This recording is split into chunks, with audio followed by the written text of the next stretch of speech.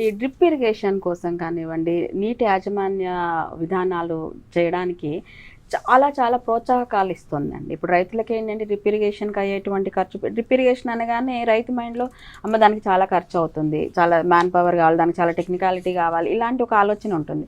So దీనికోసం ఏంటంటే ప్రభుత్వాలు సెంట్రల్ గవర్నమెంట్ కానివ్వండి, స్టేట్ గవర్నమెంట్ కానివ్వండి, ఈ డ్రిప్ ఇరిగేషన్ కోసం పర్టిక్యులర్‌గా చాలా సబ్సిడీస్ కూడా ఇవ్వడం జరుగుతుంది ఇప్పుడు. ఇంకోటి ఇందాక ప్రసాద్ గారు చెప్పినట్టు ఈ వాటర్ ఇదనేది మన క్యాస్కేడింగ్ అనేది 7 లేయర్ మనం ప్లాంటేషన్‌లోనే ఆ క్యాస్కేడింగ్ అనేది జరుగుతుంది.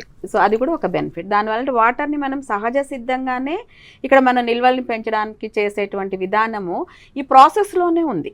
ఈ 7 లేయర్ అగ్రికల్చర్ మన ప్లాంటేషన్ ప్రాసెస్లోనే చాలా వరకు ఈ కాస్కేడింగ్ అనేది జరుగుతుంది. వాటర్ మనకి నిలవ ఉండడం అనేది జరుగుతుంది.